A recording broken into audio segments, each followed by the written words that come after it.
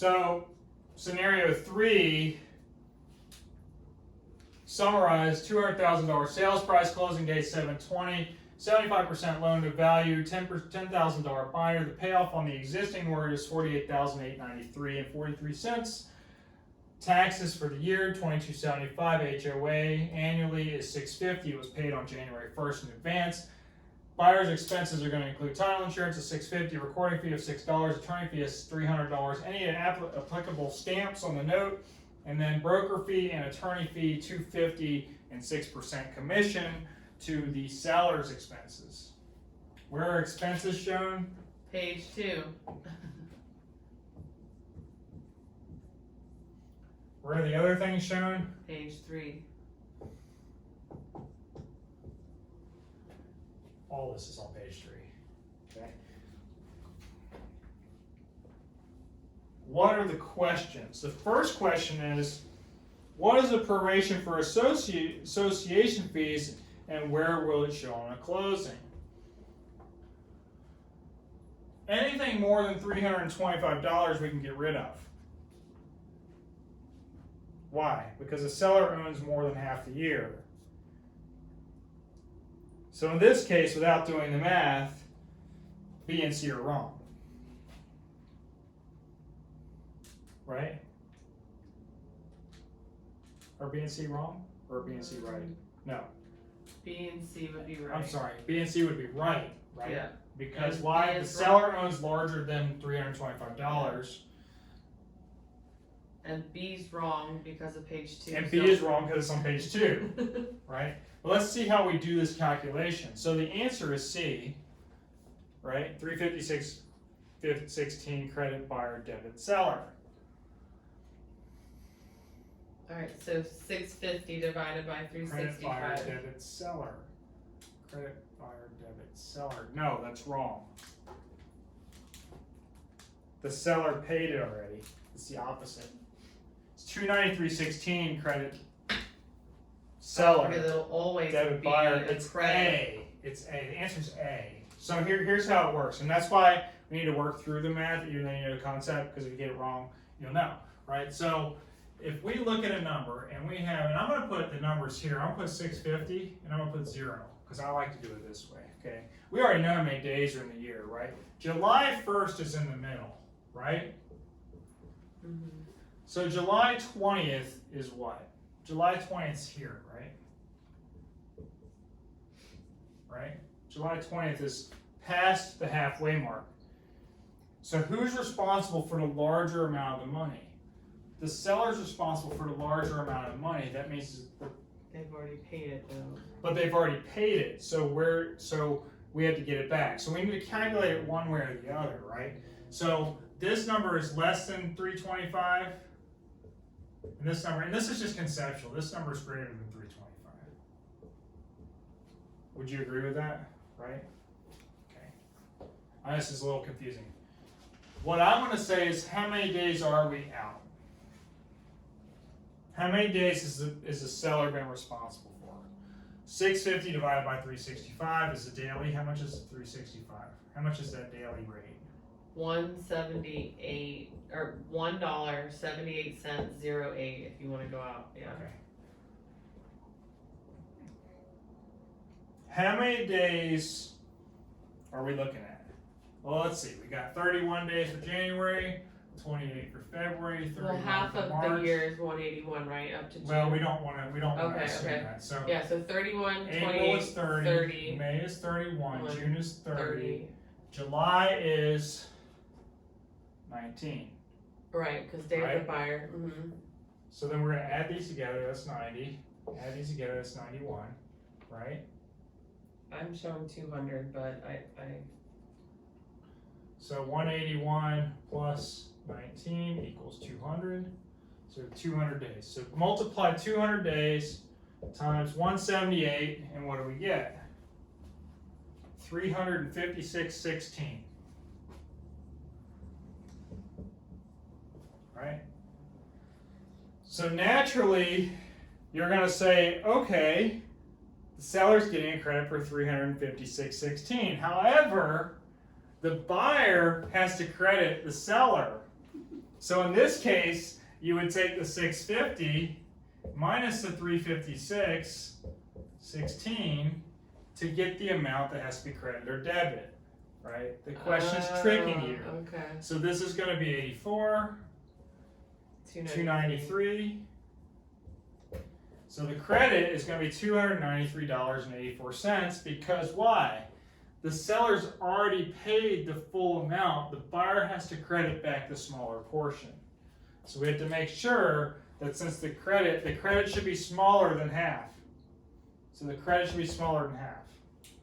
Okay, I see that. Okay. So in this case, the answer is A, credit seller, $293.84, debit buyer, page 3. Does that make sense?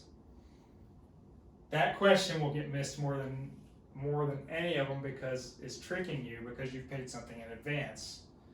Same thing will happen if you pay taxes in advance, November, December.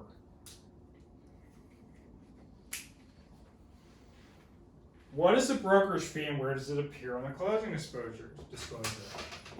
Where does the brokerage fee go on the closing disclosure? It's an expense, so it's page expense. 2. It's on page 2. It's pretty easy, right? Mm-hmm. Well, how much is the brokerage fee? If it's $200,000 purchase price and the percentage is 6%, what is the commission? $12,000. $12,000 expense. Debit seller, page 2.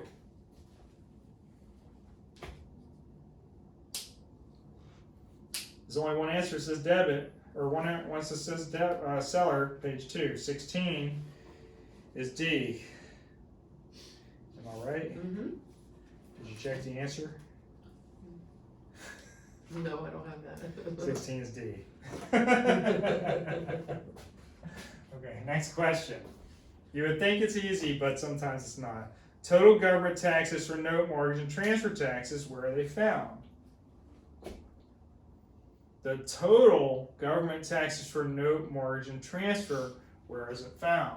So, This is a trick question. This does not say buyer or seller. This says what are the total taxes and where are they found? so page 2. They're going to be broken down, their expenses, they're going to be on page 2, which is 3 of the answers. That eliminates one of the answers. What are the total taxes? Well, the total taxes are Doc. deed stamps, right? Deed stamps are seller expense, right? Deed stamps on this deal are 70 cents per hundred or fraction thereof. Well, out of 200,000, there's 2,000 hundreds, right? Times 70 cents equals $1,400, right? That's your seller's expense. This is asking what the total is, right? So the buyer's stamps are note stamps and intangibles. Remember, these are only on the mortgage, right? Well, the mortgage is 75% loan to value of 200. 200 times 75% is what? 150. So 150 hundreds is 1,500 times 0.35. I don't know what that number is. 525. Plus 1,500 times 0.002. I'm sorry, there's no 1,500. This is 300. So these are 825, right? 825 plus 1,400 is 2,225, and it's on page 2. Are we sure? Yes. Because it's an expense. Because it's an expense, it's on page 2, so the answer is B. Pretty easy to calculate these taxes, right? It's really easy to remember what page you're on if you really think about it. Expenses are on page 2, everything else is on page 3, right? Mm-hmm. Where's title insurance shown on closing disclosure? Well, it's an expense of the seller. It's an expense of the buyer Oh. in this question. Oh, okay, sorry. All right. Okay. So depending on where you live, it could be a buyer or seller negotiated expense. The question says it's a buyer's expense. Buyer's expense on page 2. 2. So it has to be D. So it has to be D. Is that right? It is right. Oh, so I messed up because I was going by our county. Right. And what So it depends on what county. You have Yeah. to look at the question, right? Okay. Last question is, what is a tax proration and where does it show in a closing disclosure? Well, didn't we just do the tax proration? No, we did the HOA. We did the HOA. So the taxes are, to 2275. taxes are, where's that? 2275. So 2275 divided by 365, Oh, we should have saved the days. 200 days. That's right.